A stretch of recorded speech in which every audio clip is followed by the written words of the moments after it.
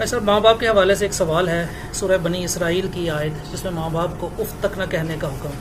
اب آج کل کے حالات میں میرے سے بھی ہوا ہے یہ کہ والدین سے ہم کہتے ہیں کہ آپ چپ کر کے بیٹھ جائیں، آپ کو نہیں پتا، آپ اس معاملے میں نہ بولیں. تو کیا یہ بھی استغفر اللہ تو بولیے، اللہ تعالیٰ معاف کرے، یہ کبھی بھی الفاظ نہیں استعمال کرنے چاہیے ماں باپ کے لیے. اچھا سوال کریں آپ. سوال یہی ہے کہ کیا یہ ایسا کہنا بھی ان آیات کی خلاف ورزی ہے؟ سرکار یہ سب سے بڑی خلاف ورزی ہے، یعنی باقی تو اس سے چھوٹی ہیں جو منع کی گئی ہیں. قرآن جو منع کر رہا ہے، یہ 10 کمانڈمنٹس میں میرا مسئلہ نمبر 77 ریکارڈڈ ہے. سورہ بنی اسرائیل میں آیت نمبر 23 سے 39 تک کل 17 آیات میں 10 کمانڈمنٹس ہیں جو تورات اور انجیل میں تھیں اور قرآن میں بھی آئیں. اعوذ باللہ من الشیطان الرجیم. وَقَضَىٰ رَبُّكَ أَلَّا تَعْبُدُوا إِلَّا إِيَّهُ، اور تمہارے رب نے یہ بات طے کر دی تھی کہ مت پوجنا کسی کو سوائے اس کے. پہلی کمانڈ تھی توحید، دوسری وَبِالْوَالِدَيْنِ إِحْسَانًا، اور ماں باپ کے ساتھ احسان کرنا. قرآن حکیم میں کم از کم 4 مقامات پہ توحید کے فوراً بعد اللہ تعالیٰ نے ماں باپ کا ذکر کیا، اور اس کا ضربہ سلام ایپیکس یہ ہے سورہ بنی اسرائیل. اس سے زیادہ کہیں نہیں ڈیٹیل آئی ہے اور نہ سینسٹیویٹی کا لیول. اما یبلغن عندک الکبر، اگر وہ پہنچ جائیں تمہاری موجودگی میں بڑھاپے کی حالت کو، احدہما او کلاہما، چاہے دونوں میں سے ایک چاہے دونوں. وہ صحیح مسلم میں حدیث ہے، آپ صلی اللہ علیہ وآلہ وسلم نے فرمایا کہ برباد ہو جائے وہ شخص جس کو ماں باپ دونوں یا دونوں میں سے کوئی ایک بڑھاپے کی حالت میں ملے اور ان کی خدمت کر کے جنت نہ کما سکے. یہ صحیح مسلم میں ہے. مسلم میں تو اتنی ہی ہے، لیکن ترمذی کے اندر اور مستدرک للحاکم میں وہ بڑی ڈیٹیل حدیث ہے کہ آپ صلی اللہ علیہ وآلہ وسلم 3 سیڑھیاں چڑھے. پہلی سیڑھی پہ فرمایا آمین، پھر دوسری پہ آمین، پھر تیسری پہ آمین. پوچھا گیا تو آپ فرمایا کہ جبرائیل علیہ السلام آئے تھے، انہوں نے کہا کہ آپ اللہ کے رسول صلی اللہ علیہ وآلہ وسلم میری دعا پہ آمین کہیں کہ برباد ہو جائے وہ شخص جس کے سامنے آپ کا ذکر ہو اور وہ آپ پر درود شریف نہ پڑھے، اللہم صلی علی محمد وعلی آل محمد. تو میں نے کہا آمین. پھر انہوں نے کہا کہ برباد ہو جائے وہ شخص کہ جس کو ماں باپ یا دونوں یا دونوں میں سے ایک کو بڑھاپے کی حالت ملے، ان کی خدمت کر کے وہ جنت نہ کما سکے، میں نے کہا آمین. اور تیسرا، برباد ہو جائے وہ شخص جس کو رمضان کا مہینہ ملے اور وہ اپنی مغفرت نہ کروا سکے، آپ نے فرمایا آمین. مختلف طریق میں یہ ترتیب ڈیفرنٹ ہے.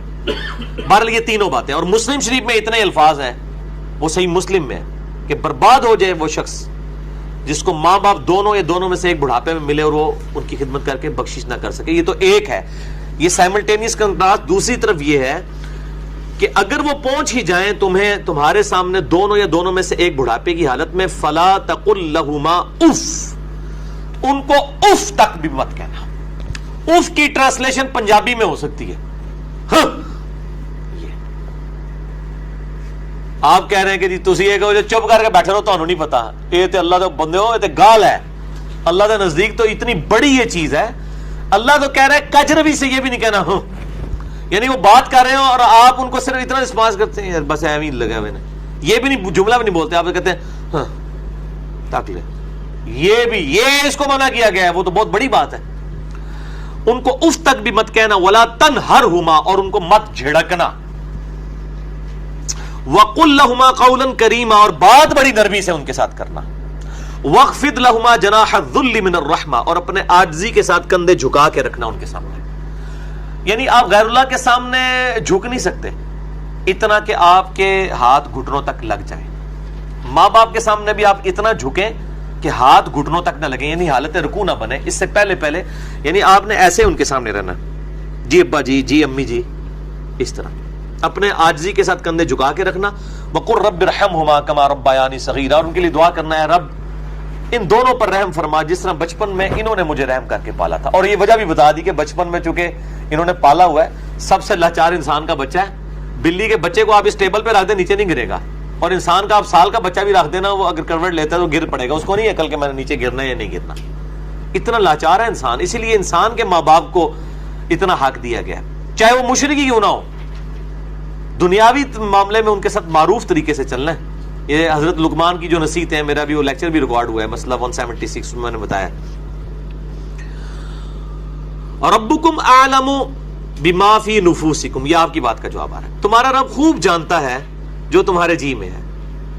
ان تکونوا صالحین، اگر تم نیکوکار ہو، اچھے ہو، یعنی تمہاری عادت نہیں ہے بدتمیزی کرنے کی، کبھی کبھار کوئی تھوڑا سا سکپ آف لینگویج یا سلپ آف ٹنگ ہو جاتی ہے، فَإِنَّهُ كَانَ لِلْأَوَّابِينَ غَفُورًا، تو پھر بے شک اللہ تعالیٰ توبہ کرنے والوں کی توبہ کو قبول کرتا ہے.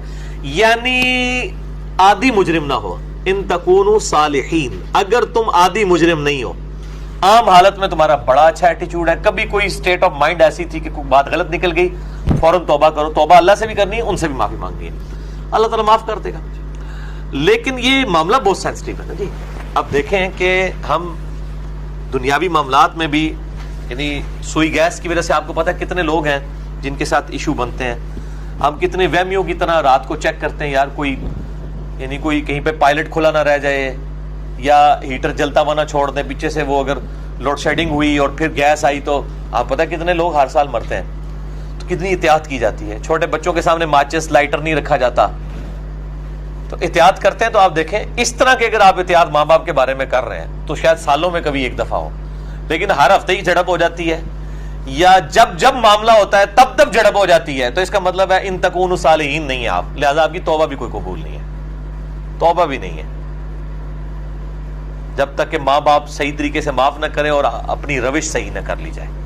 تو اس میں یہ بہتر، یہ میں نے بھی دیکھا ہے، مطلب میرے بھی ایک بڑی ایکسٹروورٹ نیچر ہے، تو مطلب بعض اوقات ماں باپ کو یعنی ایک بچپنے کی طرف سورہ حج میں آتا ہے کہ اللہ تعالیٰ رذیل عمر تک لٹا دیتا ہے کہ کئی چیزیں جاننے کے بعد کچھ نہ جانے. بوڑھے اور بچے برابر ہوتے ہیں. میری بھی یعنی الحمدللہ دادی ماں کی عمر 90 سال ہو چکی ہے. میں یعنی آج سے 10 سال پہلے دیکھتا ہوں اور اب ان میں کافی فرق آیا. یعنی بالکل بچوں والی آتے ہیں، چھوٹی چھوٹی بات کو مائنڈ کرنا. تو میں اپنے ماں باپ کو بھی سمجھاتا رہتا ہوں، وہ ابھی بھی ان کے ساتھ اسی طرح مقابلہ کر رہے ہوتے ہیں ادب کے دائرے کے اندر. تو میں کہتا ہوں ان کے ساتھ مقابلہ بنتا ہی نہیں ہے. جیسے چھوٹا بچہ تو آپ کو 5 دفعہ پوچھے گا کہ بابا یہ کیا ہے، تو آپ بتائیں گے پیار سے، پھر اس کی بھی آگے سے وہ کیڑے نکالے گا. تو اب وہ کئی بار بھول جاتی ہیں، مجھ سے بار بار پوچھ رہی ہوتی ہیں، تو میرے سامنے یہ آیات ہوتی ہے نا، تو میں وہ 10 دفعہ ایک بات اگر مجھ سے پوچھتی ہیں نا تو میں 10 بار جواب دیتا ہوں. میں یہ نہیں کہتا میں تو کل بھی دسیا سی، کیونکہ ظاہر ہے کہ اس عمر میں پہنچ کے رذیل عمر میں یہی کچھ ہو جاتا ہے. تو انسان کو یعنی بالکل پازیٹیو رہنا چاہیے، ڈرتے رہنا چاہیے، کیونکہ توحید کے بعد قرآن حکیم میں کم از کم 4 جگہ اللہ تعالیٰ نے ماں باپ کے حق کا ذکر کیا، اور جنت اور دوزخ ڈیپینڈنٹ ہو گئی ہے.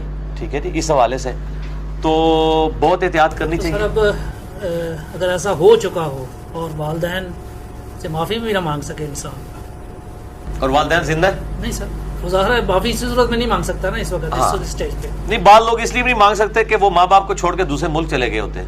ہاں یہ بھی ممکن ہے.